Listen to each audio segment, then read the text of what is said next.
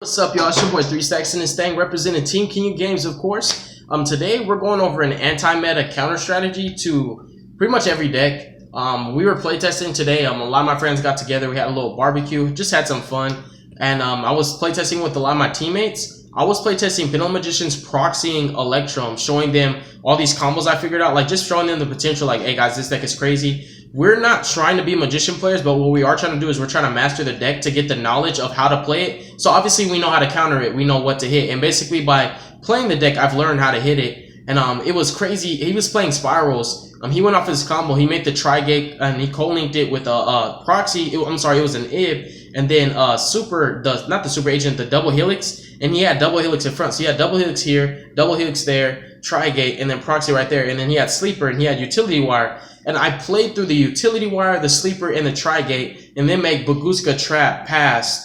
And his Sleeper was already in defense. I baited it out. I actually used White Wing to negate it. When I played the scale of White Wing, I was trying to bait two cards, Sleeper or Tri-Gate. He didn't negate the White Wing with Tri-Gate, so I tried to force the Sleeper through. I forced it through, negated it, played through that. I played Pot of Desires, negated the Tri-Gate, and then I played Double Iris, attempted to use his effect. Then he utility wired that, and I still made my board after that.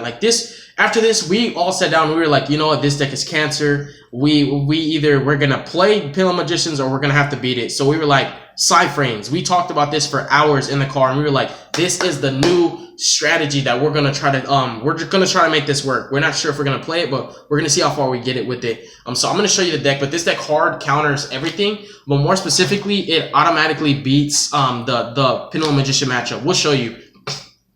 So it's the best going second deck. I was trying to figure out that formula today on going second decks, and this is the best one. So 3 alpha. I'll explain how Cyframes work, and then we'll get to the monster lineup. So Cyframes basically are all psychic type tuners. It's minus 1 monster in the deck. And they all revolve around you controlling no monsters, and they say if this happens, you special summon them and Cyframe Driver, who is the normal monster of the deck from hand, deck, or graveyard. So they come as a package deal. And if you summon them that way, you do the effect that they have. None of them are hard ones per turn, and in this deck, that's very important to keep in mind. You can resolve multiple Gammas. Gamma's the one that everybody knows about, but this is Gamma's deck. This is where he came from.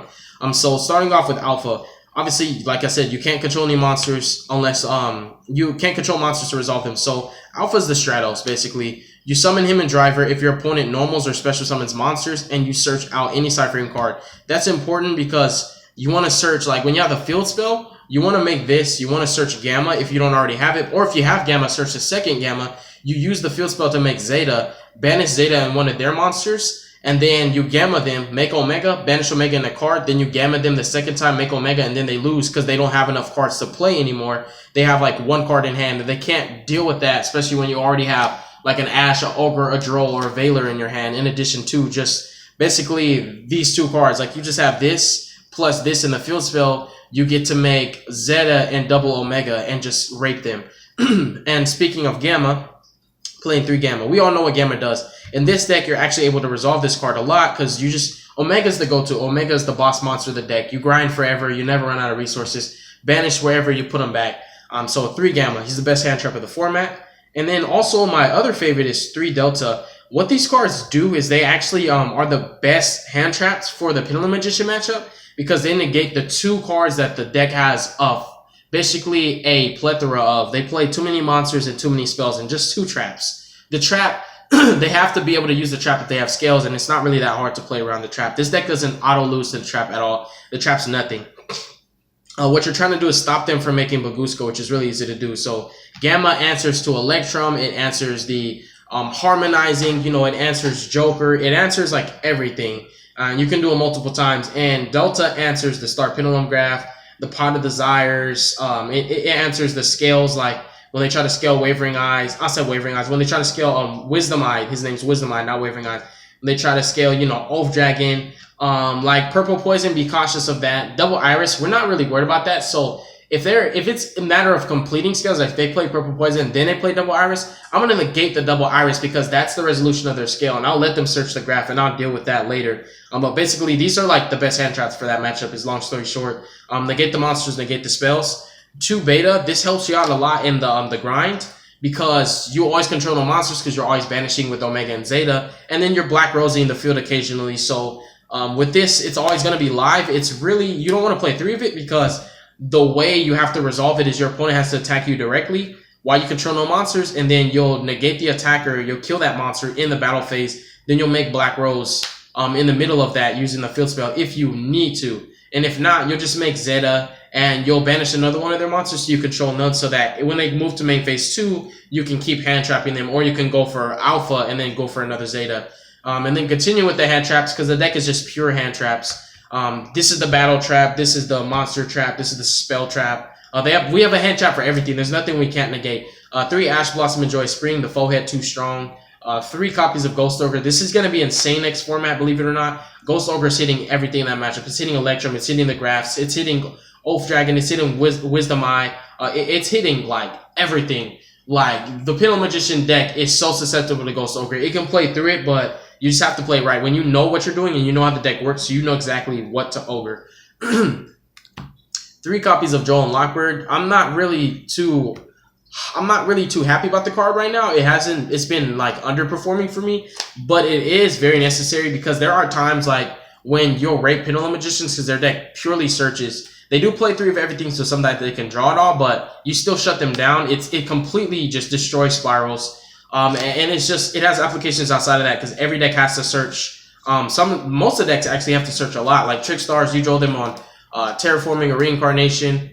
Not Reincarnation, Terraforming or the Light Stage. They can't Kandina. And most Trickstar players can't afford to play Gamma because they have to normal summon Kandina.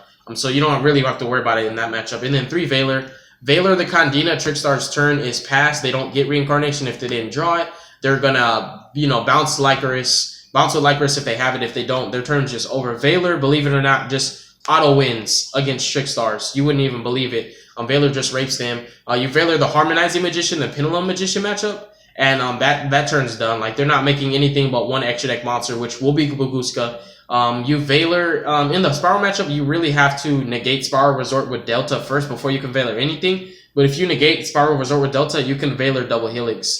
It's just crazy the things you can hit with Veiler. Veiler's a really, really slept on but powerful hand trap. And then the best hand trap, obviously, is Maxi. So if you look right here, all my monsters are actually just hand traps. And the hand traps turn into monsters, so that's the way the strategy works. Most people would look at this like, you're playing all hand traps, so how do you go for game? Like, how do you kill people? For the most part, this deck's win condition is just raping the hand. It's depleting your opponent's morale. It's putting them in that mental state where they're like, I cannot play, and I just, even if I get my cards back, he's going to take them again with Omega, so no matter what, I can't play. That's how you win, and if you can't, you just OTK with Omegas and Zeta, or you just Black Rose them to the point where they have nothing, and you continue playing with these, and you basically slowly but surely beat your opponent down, grind them out, and that's all the hand traps. And this card helps me win a lot of games too.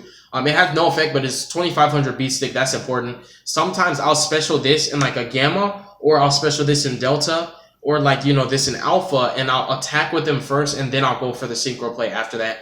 It just helps you to push for damage, but this is a necessary evil, even though it's a brick in hand. Well, not necessarily a brick in hand, because you can special it from hand, you take a -1. It's just you never want to draw it, but you gotta play 3, honestly, the way this deck works. Especially having multiples, because there are times, like, it comes up, right? Like, I play tested with this deck, right? I Gamma'd my opponent's, what was it? No, I didn't Gamma, I'm sorry. I ashed my opponent's, it was the Spiral Resort. I asked the Spiral Resort, because he terraformed it. I didn't want to, ash the terraforming. I asked the resort after I realized what he did, because he Foolish Burial good and he sent the spell to graveyard, and I'm like, all right, so I think what he's trying to do with the Spiral Resort now is he's trying to get monsters on field. So when he did the Spiral Resort's effect, I was like, you know what, forget it, I'm just gonna ash it. Like, it was a stupid play and I regret doing it, but I ashed it. He Gamma'd me and I chained Gamma, and then he chained his Gamma, and I'm like, that doesn't make sense, because now, in backwards resolution, your Spiral Resort isn't going to go off. But then I Gamma'd him anyways, and my Gammas went through because I summoned 2 drivers. And it was such an awkward situation because it was like super high chain links, like chain link up to 5, I think, and it was just a really, really awkward game. But I killed him off of that play, which was crazy. There's other times, just like where you can Gamma multiple times or Delta multiple times because you play multiple drivers, so you can always force them to resolve. So no matter what, like, your opponent's Gamma can't beat your Gamma, long story short. And they just really can't beat your hand traps. Like, they can ash your Gamma, and you can chain your Gamma to ash, and all of them will resolve. So it's just really, really good. 2 copies of Lava Golem. This isn't even a normal summon. It's a special summon. This is for basically Trigate and the Sleeper. Everything else on that board is nothing. Like you're not even worried about it. You just hit this Trigate and Sleeper. They lose so much resources. All they really have is Rescue Mission if they have it face down. They're gonna try to add Sleeper back and try to summon him again. That's totally fine. We can do it, Sleeper. He really isn't hitting nothing in this deck. And we can still, like, you know, Gamma Sleeper, or we can Delta the Last Resort that equips, negate it and destroy it, and now Sleeper is like so vulnerable, it's crazy. You could just Gamma him after that and kill their whole field. This also hits the Baguska, and if there's another extra monster zone, like for example, when Pendulum Magicians become a thing, you're gonna want to Lava Golem, Baguska, and Electrum, because they're gonna go like Omega Baguska every single first turn. It's the go-to board. It's the only board they know how to make. So Lava Golem is really, really good. And since I literally don't play any normal summons, there is no there's no drawback. There are sometimes, like when we were playtesting with this, where I would Gamma.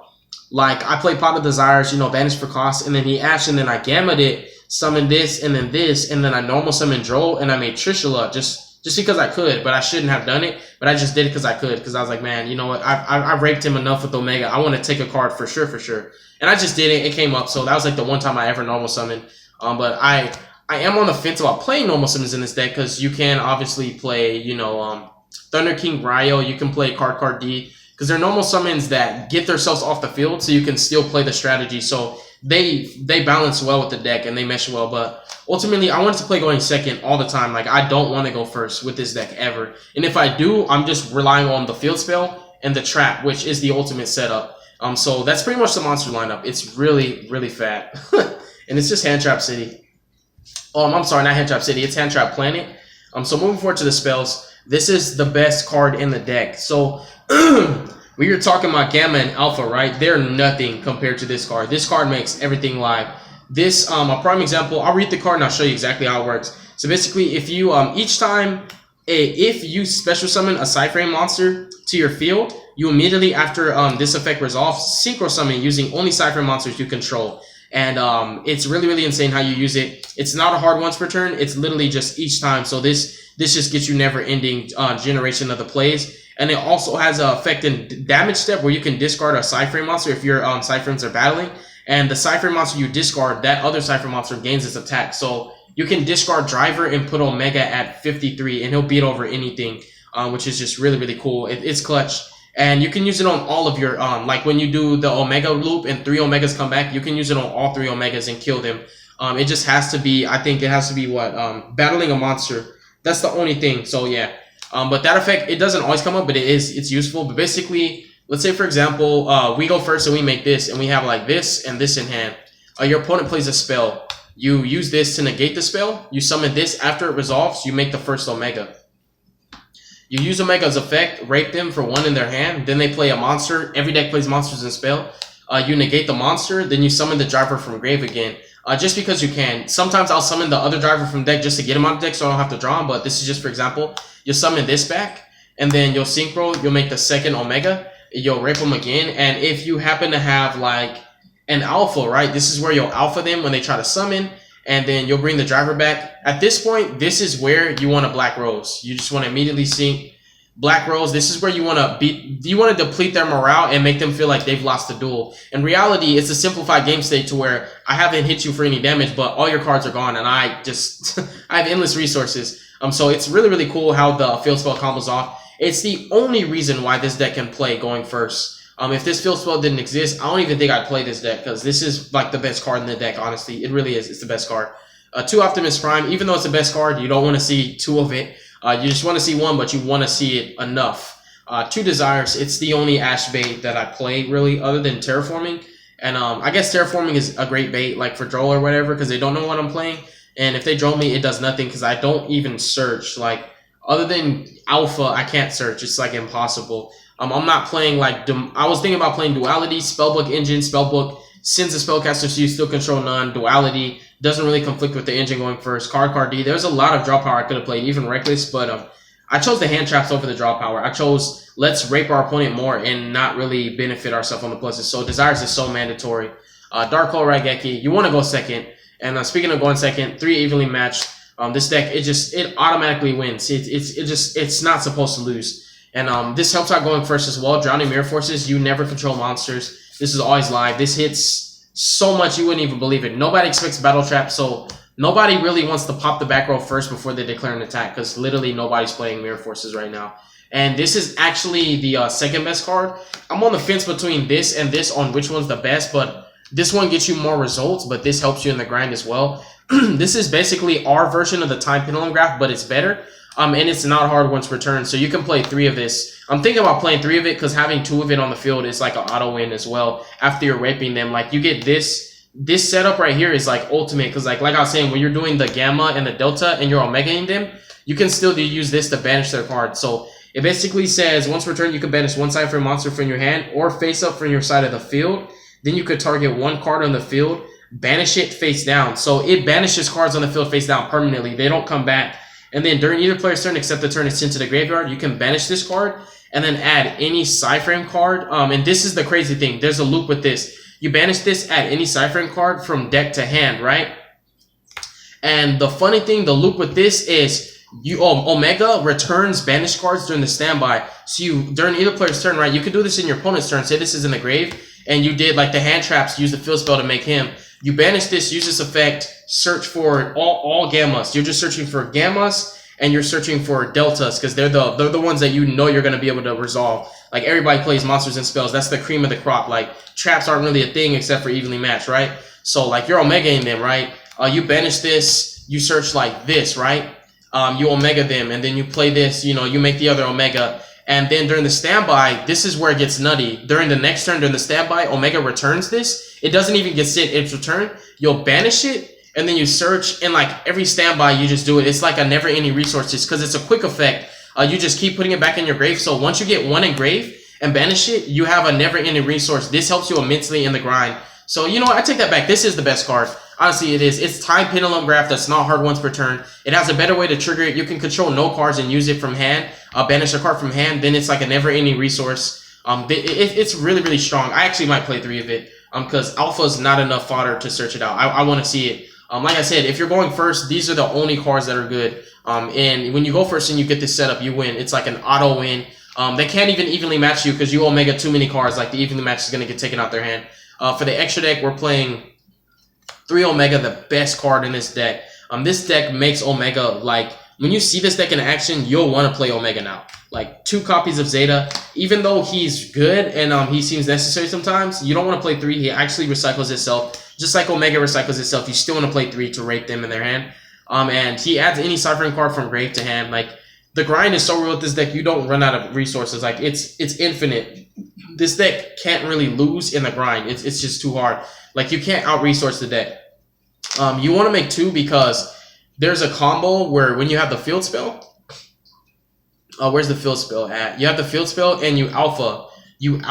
And alpha literally says you search for 1 side frame gear card except for alpha. So you alpha them, and then you banish. You make this, you banish, and then basically, like, if they can still push, you use the beta, and then the beta, that's where you make the Zeta, and then you can make Omegas after that. So it's like, it's really cool. It comes up where 2 Zetas basically, they do come up. And also because this isn't hard once per turn, even though it can't search itself because it says a side frame card except alpha, if you have double alpha, you can actually do the double alpha using the Zetas.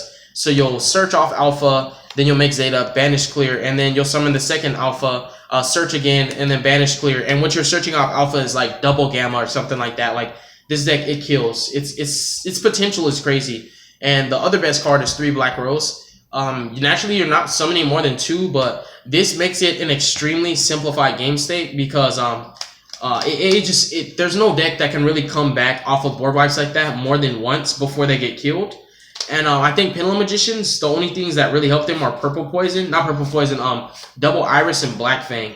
I mean, when you Black Rose the field, those are the only 2 cards that help them recuperate. Well, those, and I think Astrograph, a lot of people are going to be playing Astrograph now, so they can recover off this, but what Black Rose does is it nukes the field, and I control no monsters now, so if the Pendulum Magicians try to activate Double Iris and Black Fang, they better be careful of their chain links, because I can actually negate one of them.